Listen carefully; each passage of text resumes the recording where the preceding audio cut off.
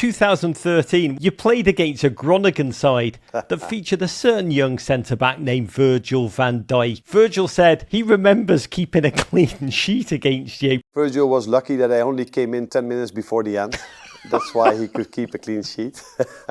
My guest today is the new Dutch ball king who's taken the Premier League by storm. A stoic, tactically savvy man motivator who arrived at Anfield this summer after collecting 2 trophies in 3 seasons at Feyenoord, and has just become the first Liverpool manager to win 9 of his first 10 games in charge. It's a real joy to welcome Liverpool's new Dutch dad to Mr. Arne Slot. Hello, Rog.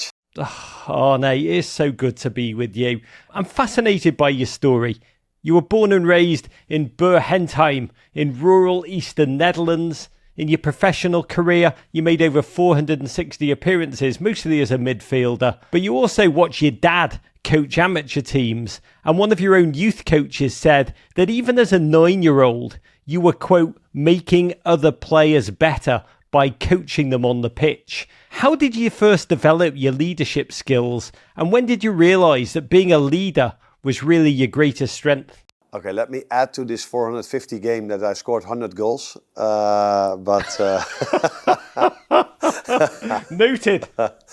And I think it's a bit exaggerated that at the age of 9, I already told my teammates what to do. But 10 then? Yeah, maybe 10, yeah. If you become successful and become a manager of Feyenoord and Liverpool, the stories become bigger and bigger and bigger, and they start to exaggerate more and more. But I do agree with you. I think people always feel and think that being a manager of Liverpool or Feyenoord has only to do with tactics, but I think it has a lot to do with how you transmit your ideas to your players and how you make them full of energy every day, and therefore you need to have some leadership qualities as well. Yeah.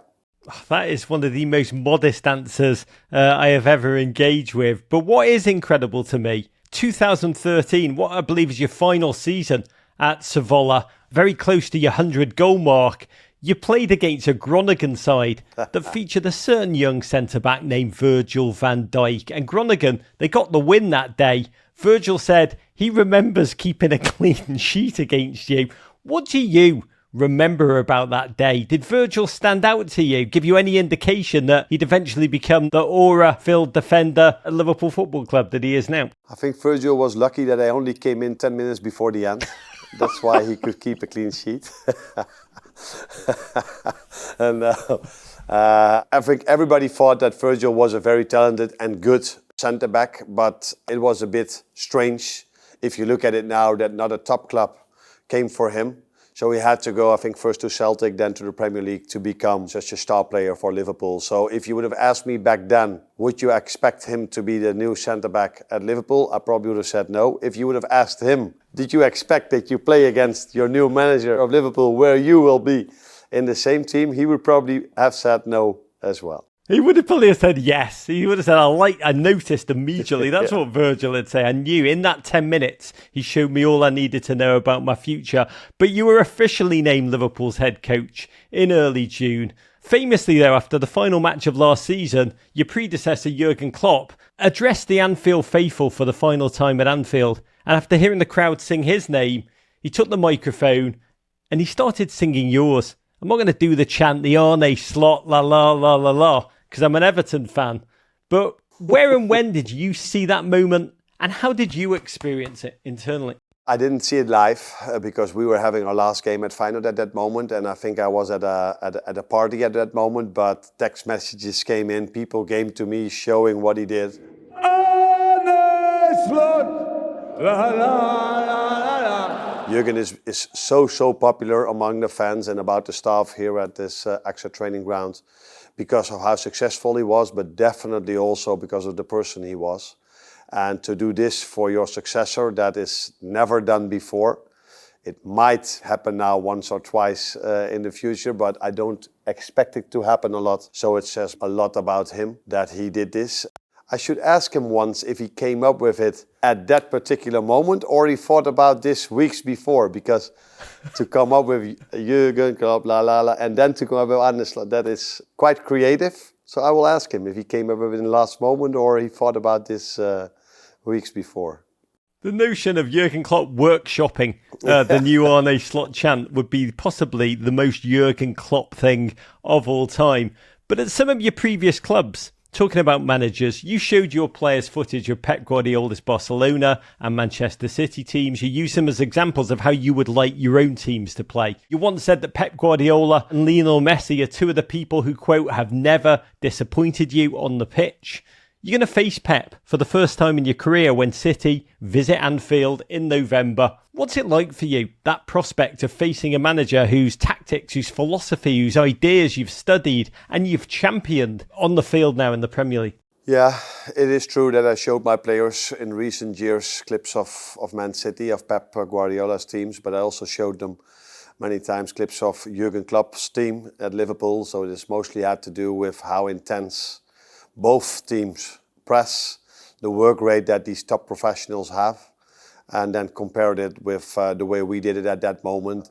In football, I think we as manager all a bit the same. You try to steal ideas from all different managers, and at this moment of time, so many good managers are out there. I even faced a lot of them already in the Premier League and in the Champions League as well. So Pep is, of course, not only because he's a great manager, a difficult task for us to face, but also because he's leading a team with a lot of quality. The good thing for us is that we also have a lot of quality. So I'm looking forward to that game, but there are a lot of games to be played in the meantime.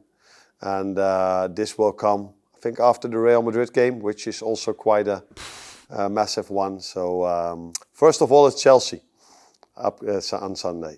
Godspeed, what a gauntlet of games lie ahead. And during your 3 seasons at Feyenoord, I mean, this run of games that Liverpool now have is just task after task. But in the Netherlands, you not only won the Dutch League, the Eredivisie, the Dutch Cup, but your teams never lost 2 league games in a row, which is unbelievable. So far, Liverpool have only dropped points once this season at home to Nottingham Forest. You know there's going to be bumps in the road, Arne. What's the secret to moving past a loss, to rebounding from adversity? The secret is, and that's not a very difficult secret, that I was so lucky that I could start my career at a club like AZ Alkmaar, who was always top of the league, then go to Feyenoord, top of the league, then go to Liverpool, top of the league. So it has a lot to do with having so much quality in your team. So I'm 100% sure if I would have led a team that was a low league table team, that I would have lost a few more in a row. But it also has to do with creating habits that they do in whatever circumstances, get your habits, so your work rate. But I did lose twice in a row at Feyenoord. I lost PSV at home and then lost the Champions League game, which is not 2 league games in a row. So you are right. But we did lose twice in a row. And that is also because the competition you face. PSV Eindhoven was that season. They were the champion. And Atletico Madrid is also a very difficult one for Feyenoord. So it's also the teams you face and the schedule you have, and that I was so lucky that I could only lead teams that were always top of the table when I worked there. In that regard, it's still quite early in the season. It's been your message. There's still so much of the season ahead. But Liverpool are currently in contention in 4 different competitions, including the new Champions League format. What will it take for you to consider this season to be a success? Is it something tangible? Adding another trophy to Anfield's Champions Wall? Or do you measure it differently? No, I think we all measure it in winning things. So that's trophies. We all are in this game to win things. So we come in every day because we want to win things. But we also understand that if you work in the Premier League and if you play Champions League, that the margins are so small. We saw this last season between City and Arsenal in the game. City played against Tottenham. If Son in the 1v1 that he had against Ortega could have found the net, then things would have turned out differently maybe. So these are the margins you are facing. So we have to make sure and try to work as hard as we can to compete.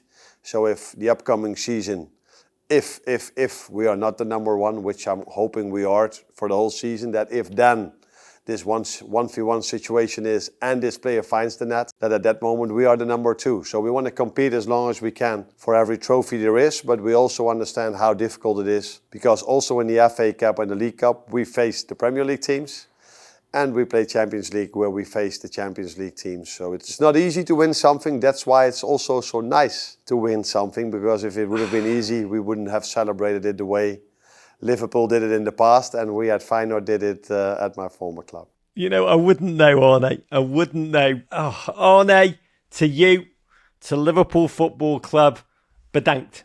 You're welcome. Courage.